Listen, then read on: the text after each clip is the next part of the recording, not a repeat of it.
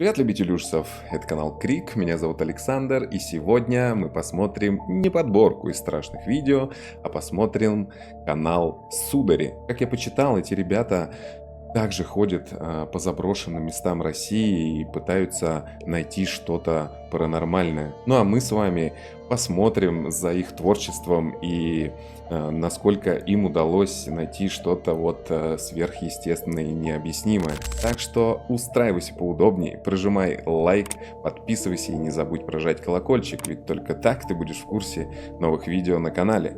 Приятного тебе просмотра, погнали!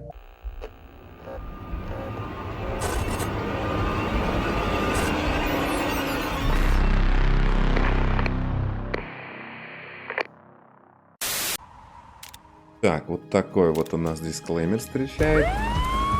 Я описание почитал, ребят, там у них все прикольно описано в том понимании, что они не делают постанов, как я понял, у них все вот как есть, так и есть. Ну, посмотрим. Если кто знает об этих ребятах, смотрел, пишите в комментариях. 4 октября между 2 и 4 часом ночи скончался.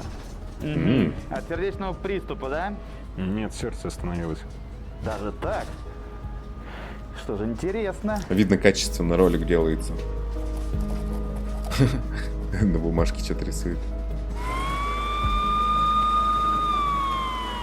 Сегодня мы отправляемся в одно место на границе между Московской и Тверской областей, где нас поджидает старая забытая легенда 40-летней давности.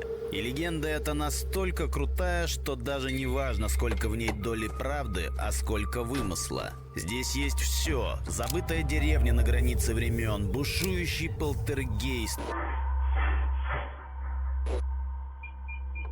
роковые смерти, мистические совпадения и почерневшие от зла зеркала, которые неистово вопят во мраке ночи. Заряженные этим вот у них хотя бы качественный монтаж, вот это вот все, преподношение, скажем так, ролика и путешествия. Проверить, что же это за место такое, где мог родиться такой яркий фольклор. Итак, нам предстоит провести ночь в деревне под названием Верейки, население которой, по официальной информации, составляет 0 человек. Здесь мы проведем ближайшую ночь, изучая заброшенные избы, а также содержание местного небольшого озера. Приготовим омлет по-сударски и впервые опробуем в деле сразу 5 ночных фотоловушек в попытке заснять хоть какую-то необычную активность. И знаете что? Эта поездка заставила нас глубоко призадуматься. Прикольно. Видеоролик называется «Зеркала». Вот машинка, ребята, располагаются. Это значит, да, мы прибыли что-то на место, там в полночь оживает. Эту деревню. Ссылку на видео оставлю, естественно, в описании, ребят. ребят. Об этом месте мы нашли очень мало информации, в основном только ту, которую вы нам прислали, и изучав интернет, мы ничего больше не нашли. Скажу немножко от себя такую вещь, что это самая страшная деревня по описанию этой истории, ради которой мы сюда приехали. Самая страшная из тех, которые мы когда-либо выбирали. Вот как почему, я думаю, позже вы точно сами классно поймете, узнаете. Получается, ну, преподнести поймете, видео, все понятно. Это будет интересно. Все идет по хронологии. Здесь несколько людей есть, вот рукой Я не так взял камеру, я на заброшке. Примерно домов 15. Ну, где-то там, на какой-то заброшке, я на заброшке. В аварийном состоянии, просто ветхие, у каких-то крыш нет. Но тем не менее, есть очень страшная история, и мы будем отталкиваться именно от нее. Туман, морось легенькая. Почти полное отсутствие ветра, но только легоненький такой самый. Я очень надеюсь, что здесь что-то будет интересное. Делаю большую ставку на ночь, потому что ночь — это самое такое мистическое время. Пока еще ничего не известно. Мы только разбиваем наш лагерь, только готовимся идти в путь, исследовать. Так что же за мрачная и загадочная история окутывает это место? Об этом мы скажем чуть позже, когда окончательно стемнеет и мы разведем костер. А пока можем сказать, что когда-то здесь жило около 200 человек. Но к 2002 году официальная статистика по переписи населения гласила, что деревня вымершая и люди здесь не живут. Однако по факту жизнь здесь продолжает теплиться. И нас даже встретил местный житель, который изначально отнесся к нашему прибытию, мягко говоря, не очень хорошо. Разумеется, ни о каких мистических историях, связанных с этим местом, он знать не знал. Хотя и приехал сюда лишь в 2015 году. Слушайте, а почему тут везде объявления висят? Участковый номер, свежие прям такие объявления. Потому что я тут с ружьем гонял. Тут это каждый день, это искатели, вот они заебали. Я тут гонял. А, и копатели?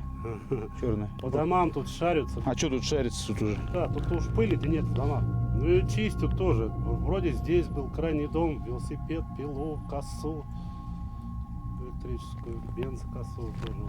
Ну, наглую даже днем, блядь. Собака лает и лает. Пошел в этом доме. Тащит обогреватель. Второй еще что-то куча. Утюг. Так, ну мы поделились на две команды, получается. Вот в этом понимании, конечно, плохо показывать подобные места и рассказывать о них, да, чтобы вандалы не проезжали. Пойдем по этой улице, по параллельной, и встретимся в конце деревни. Ох, какой лес на горизонте. Вот знаете, как говорят, что все дороги ведут куда-то, так или иначе. Но вот эта вот конкретно, вот эта дорога, она ведет нас в самый настоящий тупик. Потому что даже если обратить внимание на карты, то здесь ничего, кроме тупика и леса бескрайнего, можно так сказать, нет. И вот этот лес как раз, он там, он там на горизонте. Этот лес, это и есть, если не сама Тверская область, то как минимум границы Тверской области. Тут, естественно, местные. Ну, тут 1-2 дома заселены. Ничего не знают, ничего не видели. Так приедешь Не знаю, снимать в натуре, как тебя это дед с начинается. ружьем. Надо только одну ночь солью. перевести, и все станет ясно. Вот избушка еще какая-то. И здесь прям тихо так резко стало. Сюда, наверное, тоже можно будет куда-нибудь фотоловушку бахнуть. Сейчас, Сань, давай сбоку посмотрим. Тут яблочки еще есть. Говорят, что помимо яблок под ногами могут быть капканы волчьи. Учитывая мой уровень везения, не исключено, что я испорчу Илюхе валенки. Так, как ночной режим включается? Ну вот домик, вполне можно было бы попытаться пройти внутрь. Блин, конечно, я не сторонник формата передач о мертвых деревнях, потому что это всегда такие мысли негативные. Именно так я себе представлял эту комнату, когда мы обсуждали на брифинге с Алексеем, где мы что снимать будем. Кажется, лучше дома они не найдут. Но никто говорил, что зеркал не будет. Зеркал дофигища.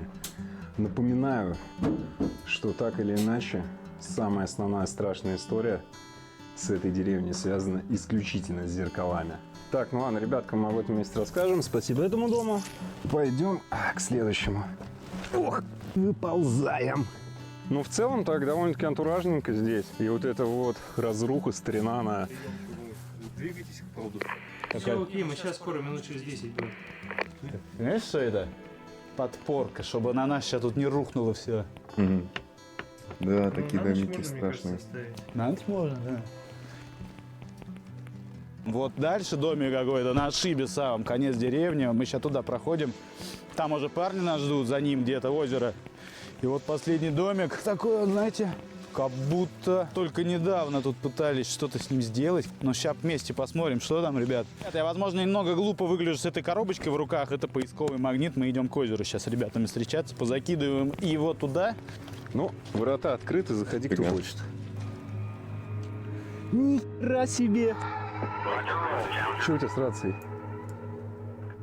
Только мы подошли с Саньком к очередному дому, вы сами слышите, это сбои в рации начались сразу же. И я снял какую-то кассету.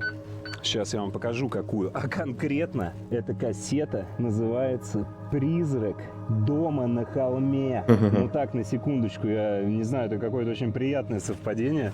«Призрак дома на холме» на пороге старого ветхого здания. Это очень прикольно, крипово и круто. Но здание закрытым.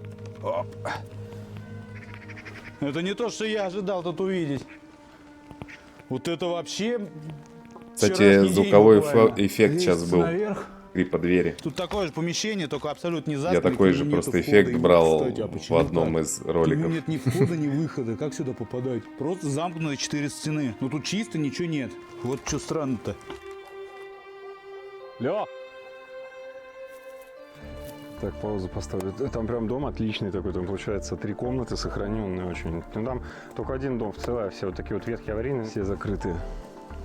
Мало где что есть открытого. А тут на входе, прикинь, на входе в дом лежит кассета, на ней записано «Призраки дома на холме». И ты тоже снял это? Прикол, да, я подумал, совпадение, но очень интересное. Вначале, я думаю, надо хворост собрать. Ну, Вначале нам надо поисковый магнит. Ну пойдем поисковый магнит закинем, потом хворост пойдем собирать. Здесь помостик, мост есть, с него будем магнит пулять. Ну, дело в том, что мы никогда этим не занимались. Ничего страшного, магнит на веревку, веревку в воду. Ну да, логично. Правда, какие надежды здесь вообще что-то найти, но тем не менее посмотрим. Так, ну Да, магнитик там у нас помостик-то простенький такой. самый, потому что мы не сведущие. Серег, Да. есть представление, как вот эту веревку, держи, закрепить вот к этому малышу? Блин, мы его даже не достал. О, блин, он тяжелый. Конечно, тяжелый. Магнит должен храниться в сухом прохладном помещении в температуре до 45 градусов. Допускается хранение одновременно нескольких поисковых магнитов. Короче, они должны были хоть что-то в инструкции написать, написали это. Это же камень. Какие условия хранения у камня могут быть? Если это, конечно, не камни из почек. Вес 1,5 кило, рабочий диапазон температуры до минус 60 он работает. Дальше техника дает сбой. Тут, короче, все просто. Мы делаем двойную петель через внутрь. Это изначально был узел Гофмана. Во, видите, он самозатягивающийся. Вот. Ты улетел туда же.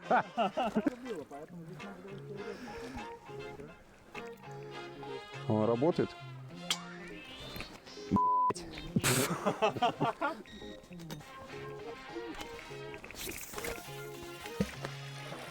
Я слышал историю, вот у меня дед в Румянцево жил, он в какие-то времена 2 ружья в такой же пруд выкинул. Ну вот, да, Макарова всякие, там топоры завернутые в марлечко и прочие У криминал. нас даже, по-моему, Ну, на это районе, надо прям ребята, так. у нас Там вот тоже лежит здесь маленькая пруд, прям писюлька, недалеко. какая монетка на... Тоже закидывали, дне. ну какие-то рамы от великов Узнать, находили, когда там ерунду вот с всякую. 1000 раза только ты по ней пройдешь. Вот, ну, вот так вот случай. Пишите в комментариях, что вы думаете на эту фишку, потому что водоемов, как мы знаем, всяких озер возле Дождь начинается. деревнях полно, да, дождь Ну, вот я начинается. откомментировал Не только можешь что. перестать работать, давай Ну быстрее. да, потому что дождь. Да, его мочить нельзя. Блин, а я намочил. А вы что, не камеру привязали? Нет. Сказал же, привяжите камеру, киньте магнит, только не трогайте, воду упадет иначе. А если кому-то просто, ходить по дачам в окна, закидывать в дом, и по-любому что-то намагнитится. Ребята, вы знали, в каком мы заднице находимся, вот этим занимаюсь. И у нас очень интересная ночь впереди ждет, чуется. Да не, нет тут ни хера.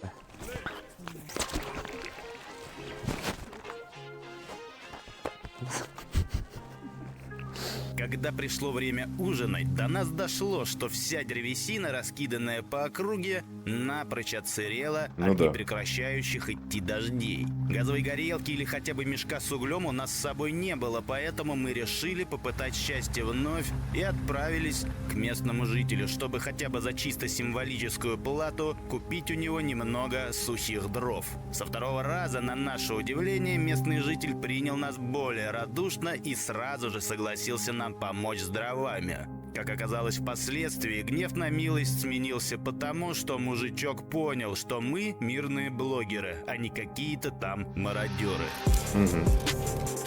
Ну вот да. Главное смочь, как говорится, договориться.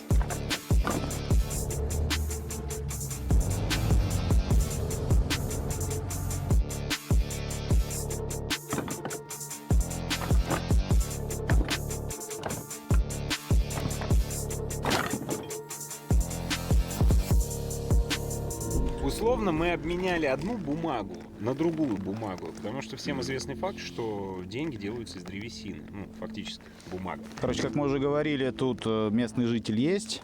Он, конечно, нам никакой мистики не поведал, но зато мистическим образом согласился поделиться с нами дровами для того, чтобы пока мы тут будем что-то выяснять, снимать, дежурить, ночевать. Да, у него, кстати, есть ружье, он здесь гоняет мародеров, чернокопателей всяких. И изначально, я так понимаю, его негативное настроенное отношение к нам как блогерам, было связано именно вот с этим. А когда мы приехали к нему по-человечески, сказали, вот мы пока ходим, осматриваем, и он понял, что мы остаемся на ночлег, что нам нужны дрова, что мы, в принципе, свои ребятки. Он такой, без проблем. Ну, значит, наверное... Мы это растопим, вот эти вот дрова, а потом остальные также будем подкладывать, на них поставим сковородочку и сделаем, ну, яичницу с беконом. Мы тут не совсем одни, получается, этой ночью будем, но это не отменяет того факта, что 90% изб тут разрушены, и никто в них не живет. В общем, повторяется и присказка «Черного потока», ссылочка на которую где-то здесь будет. Эта деревня славится, ну, славится как в интернете, тем, что здесь начался такой лютый полтергейст. Да, что-то тут с зеркалами Начал же. проявляться он очень странно, зашел с неожиданных концов в виде зеркал. Люди стали, так скажем, жаловаться, что зеркала издают крики, реальные крики человеческими голосами. У тебя просто дребезжит все в ушах. Ты занавешиваешь эти зеркала, закрываешь их тканью, а они продолжают на тебя ругаться матом.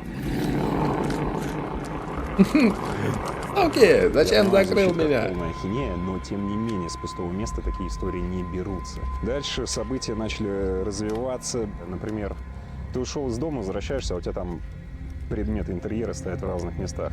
Сами передвигаются, куда-то там двигаются, пока тебя нет. В 1981 году ночью 6 человек умерли от сердечного приступа. Говорят, зеркала стали чернеть, все связывать с зеркалами, со смертями. Ладно. В 1997 году, далее буквально спустя 16 лет, еще 6 человек умирают. От чего? От сердечного приступа. 2001 год. Еще 6 человек, строителей. Не причастных к этой деревне, минус. Все сразу. Все случаи История происходили есть. 4 Насколько октября. 4 октября. имеется Внимание, очень разница, важно да, между для тем, что мы фанатов смотрели, и между тем, конспирологических идей и что нумерологии. сейчас видим. Итого мы имеем 3 связки мертвых людей по 6 человек. 6.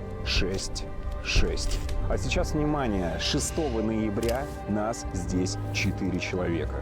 Цифры вроде похожие, только местами поменяли. Что будет в этой ночи, мы узнаем далее.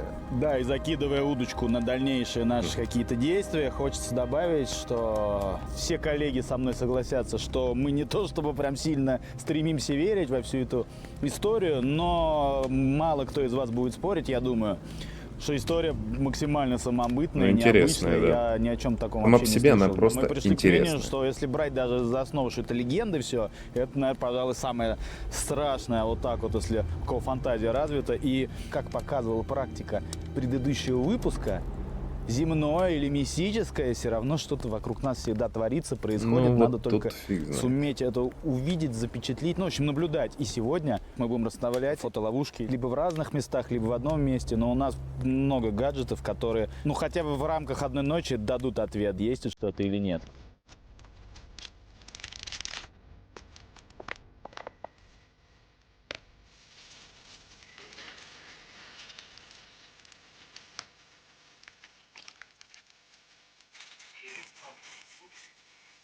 Просто я считаю, что на гаджеты надеяться, что это не сбой просто гаджета.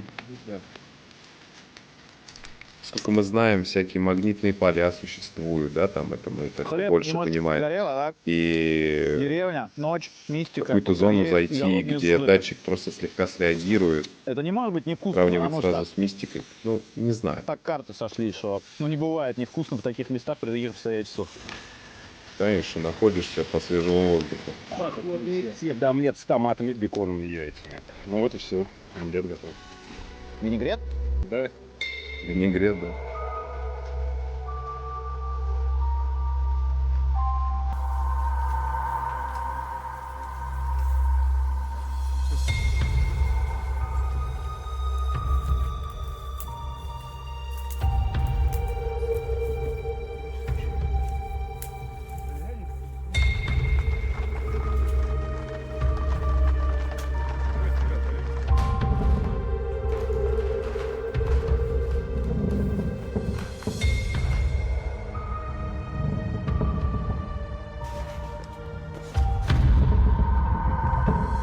А в натуре какое странное совпадение. Грубо говоря, вы зашли в первый попавшийся дом, он весь с зеркалами был.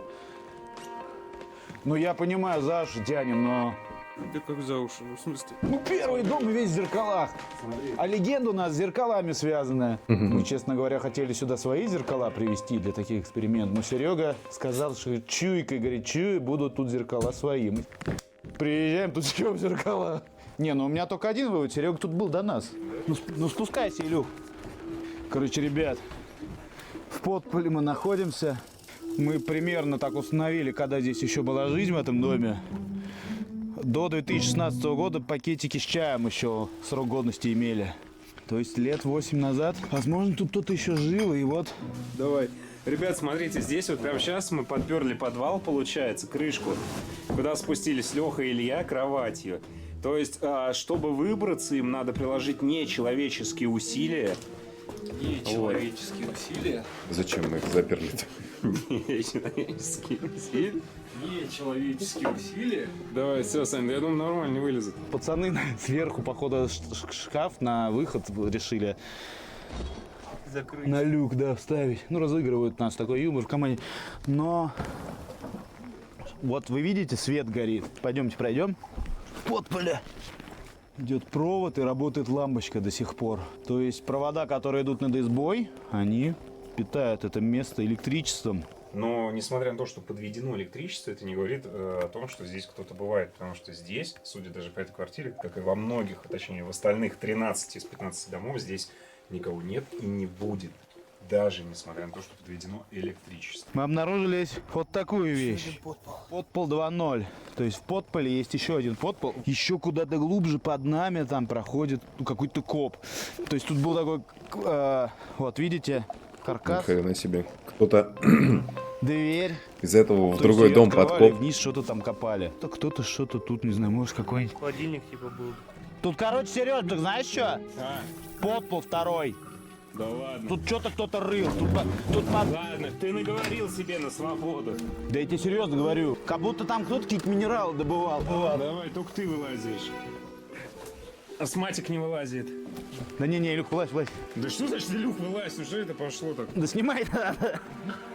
На всякий случай дай закроем. Как будто какие-то раскопки кто-то вел. Смотрите, у нас есть две таких штуки. Серега, что это такое вообще? Объясни ты. Вот за этот кейс, за эти два кейса. Это называется нивелир, лазерный уровень. Он пускает условно 16 лучей, которые идут по периметру помещения и создают, так скажем, лазерный куб. Сейчас мы продемонстрируем, как это выглядит и для чего это нужно. Когда мы отсюда уйдем, здесь света не будет вообще. Будут работать только ночные фотоловушки и вот эта штука.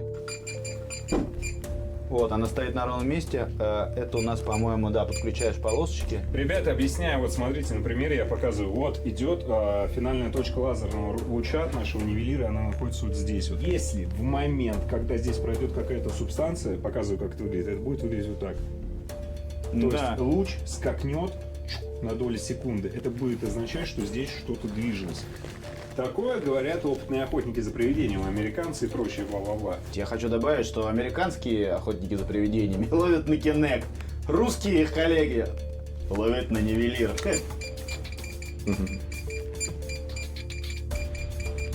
А что он? Вот. Это значит, ты неровно установил. Все, она пишет. Вот то зеркало.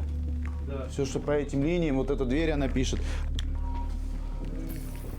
Вот, смотрите, я сюда прям на эту ставлю. Вообще вот сюда, вот прямо туда вот ставь. На полочку, где пасхальная это. Вот так, да? Получается, этот дом мы сейчас покидаем, и вся эта техника дорогостоящая тут останется без нашего присмотра. Единственное, может быть, есть какая-то агрессивная фраза, которая могла бы спровоцировать что-то. Если тут что-то когда-то было и происходило, в частности, посредством зеркал какая-то было вторжение в наш мир, мы понимаем, что мы первые, кто здесь это если делает, там дай нам пусто, знак. Ну, звучит, то зачем понимаю, по-детски, но активироваться хрен его призраком? знает. Да, обычно они, допустим, если и хотят, ну, как-то проявить себя, то только Вот если так там вот кто-то рождаются есть. легенды про всякую нечисть, когда какие-то блогеры, не люблю себя обзывать блогером, но все-таки так понять, не приезжают, снимают свой репортаж, ставят такие агрегаты, этот луч фигарит, и для всех остальных, кроме нас в этом месте, это абсолютно непонятная тема, что за зеленые лучи, а еще когда ты издали ее же видишь это, и оно бьет вот так вот аж до горизонта. Ну, представьте, если вас не предупредить, насколько вы удивитесь. В таком контексте, приезжая на границу области, в заброшенную деревню с такой историей, увидеть эти лучи. Отсюда рисуются все эти ведьмы, полтергейсты, аномалии. Вот. Нет. Я с вами согласен.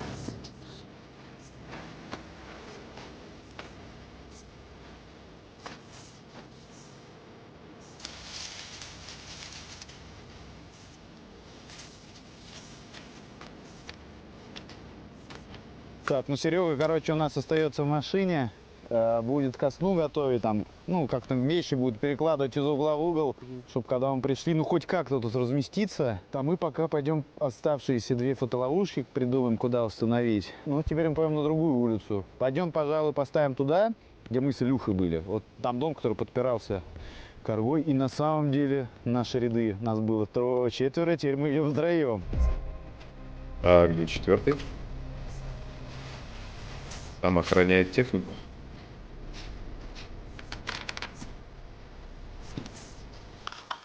Ну что, ребят, теперь этот дом под свое наблюдение берем. Так, ну этот дом вообще, конечно, в отличие от того, в более плачевном состоянии, из чего делаю, что здесь жизнь раньше ушла. Мужчина, который нам дрова дал, он, конечно, сказал, что хозяева всех этих домов мертвы. Соответственно, здесь хозяева умерли раньше, соответственно, и вид у него Да, такой. найти именно там, Вообще, поставить, вот как будто где склад именно какой-то случились как-то сердечные приступы. держит.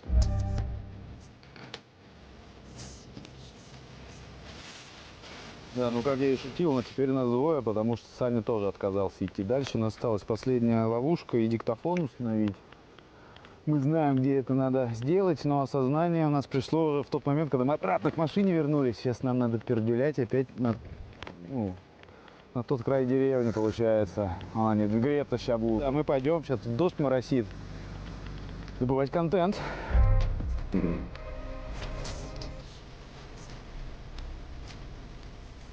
Дождь такой? Ребята, ноябрь, дождь. Где-то на границе с Тверской областью, в заброшенной деревне. Сейчас идем и думаем, ради чего это все? Ради вас. Так, ребят, ну в этом доме мы уже были. В принципе, сейчас вы поймете, о чем речь. Слышите, как тихо? Дождь, да, сука, ливень начался. На утро обещали ливень. Вот поэтому мы не можем оставлять камеры на улице. И наше обязательное условие для этих камер, чтобы была крыша над головой. Давайте одну оставим вот здесь. Все. Пойдем к машине. По статистике, лишь 40% из открывших это видео людей досматривают его до конца. И из этих 40 лишь 4% ставят лайки. И получается так, что хоть нас и самих бесит слово «лайк», мы понимаем, что в 2023 году это единственный оставшийся инструмент для отечественного блогера, который помогает хоть как-то привлекать новую аудиторию. Это точно. Поэтому, друзья, просим от вас максимальной поддержки. И всех, кто досмотрел это видео до этого момента, попросим прожать палец вверх, дав понять Ютубу, что наш канал нравится зрителю. Ну а мы взамен, если увидим, что наши выпуски вам интересны, обещаем расширить свою географическую деятельность и отправиться в новые, отдаленные, аномальные Естественно, зоны и все логично. другие безумные Начинает смотреть места. канал, начинается у Почти блогера сразу, как появляться мы бабки. закончили Бабки устанавливать появляются, он их фотоловушки, вкладывает в то, дождь чтобы прекратил отправиться лить, и куда-то наступил еще и сделать момент более полного интересный контент, и затишья. купить А себе когда мы оборудование и уже прочее. ложились спать, небо и вовсе стало Ох, ясным. как нам тяжело. Тишина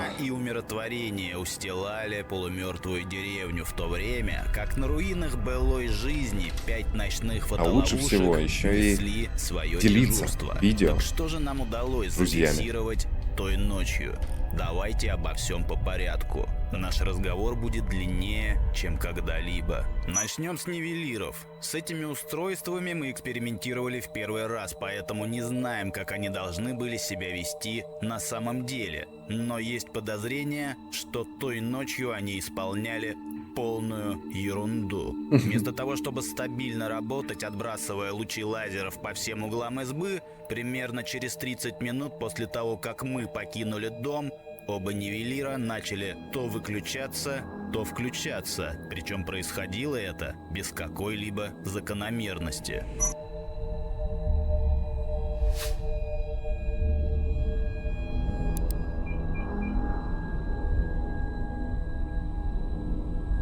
Хотя да, вот они могли, грубо говоря, приписать это как мистике, по большей части.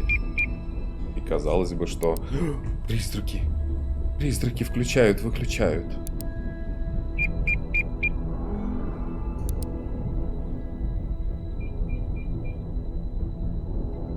Устройство могло выключиться, а через 5 минут включиться. Могло включиться и выключиться 1 раз за час, а могло включаться и выключаться по несколько раз за 5 минут. Могло просто издавать звук, не включаясь, а могло наоборот включаться, не издавая звука. В инструкции к устройствам ничего не было сказано на этот счет, поэтому мы обратились в техподдержку производителей нивелиров, но на момент публикации этого выпуска ответа от них мы все еще не получили. Дальше интереснее. 3 фотоловушки, которые мы установили в доме с зеркалами, запечатлели непонятные огоньки, которые появлялись из ниоткуда и пропадали в никуда. Это были такие крошечные огоньки, что заметили мы их при осмотре материала практически случайно. Вначале мы были уверены, что это тараканы или мухи, до тех пор, пока не обнаружили на одном из кадров реального таракана, который бегал по потолку. И в этот самый момент рядом появляется загадочное свечение, говорящее нам о том, что это точно не таракан.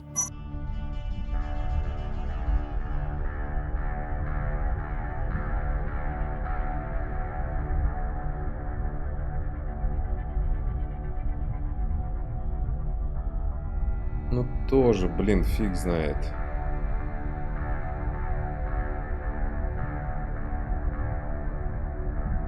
В какой-то момент такая светящаяся букашка начала двигаться по краю стола, после чего не совсем понятно, исчезла она или заползла под крышку стола. А вот Заползла. светящийся объект, появляющийся на спинке стула и исчезающий в никуда. Ну это вот, наверное, жучки и есть, мне кажется, всякие.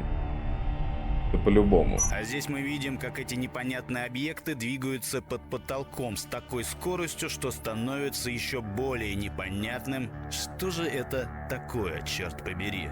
Логично было предположить, что это какие-то светлячки, но, во-первых, судя по тому, что сняла камера, во всех случаях эти светлячки появляются как будто бы из ниоткуда. А во-вторых, справочное имени Яндекса говорит нам о том, что светлячки живут в нашем регионе только до конца августа.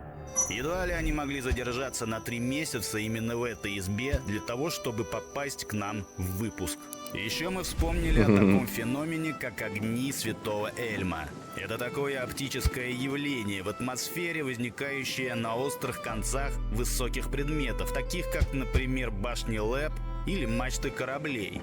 Но и здесь есть нюанс. Огни Святого Эльма – это очень редкое природное явление, и появляются они только в жаркую погоду во время грозы, и они не имеют свойства двигаться. В конечном итоге мы пришли к выводу, что эти огоньки являются ничем иным, как насекомыми, но Конечно. только это точно не классические светлячки. Напишите в комментариях, что это могло быть и какие еще насекомые могут светиться в темноте в ноябре месяце. Второй дом, где палка подпирала потолок. Я просто тут пытался сделать камеру ночного видения.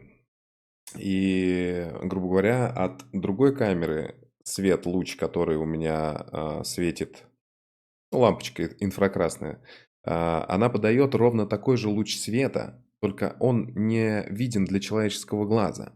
То есть, поясняю, для камеры ночного видения, где нет вот этого фильтра, который мешает, как и глазу, увидеть, он не мешает, он больше типа функцию выполняет, наверное, глаза. Глаз не видит вот этот свет, этот спектр света.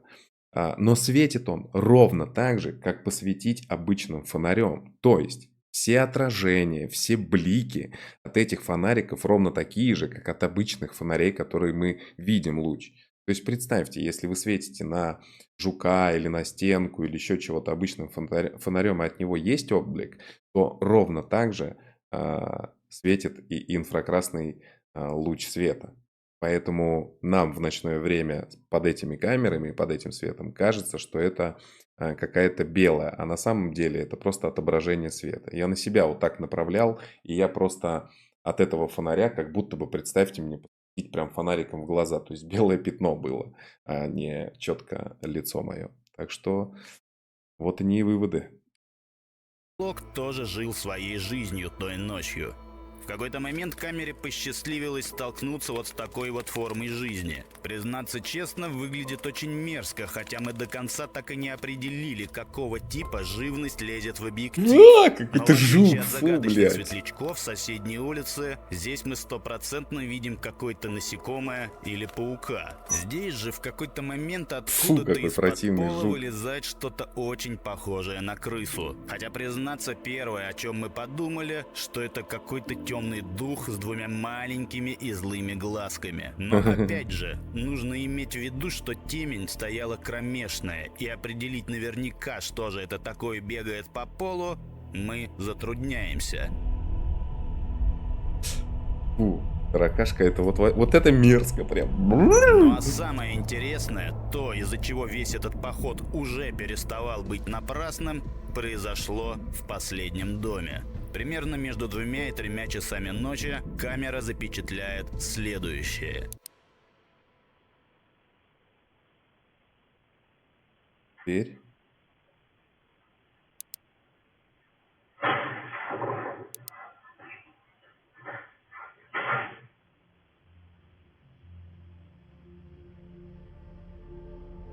Вы ведь тоже заметили? В какой-то Ну да. момент что-то приоткрывает дверь, и это не сквозняк, так как по деревьям за окном мы видим, что на улице стоит полнейший штиль. Сразу после того, как дверь открывается, раздается ни на что не похожий металлический звук.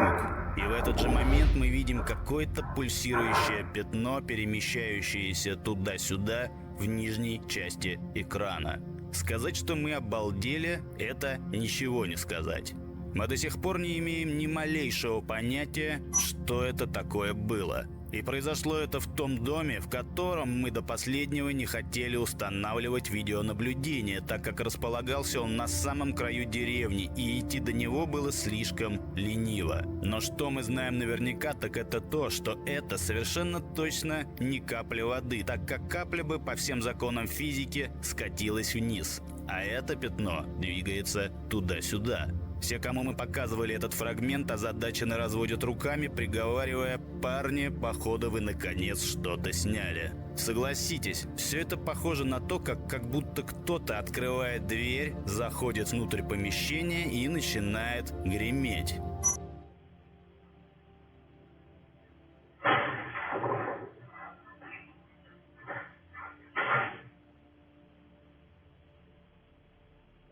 Озадаченные этим открытием, мы направляем Фиг знает. запрос в официальное московское представительство производителей наших фотоловушек.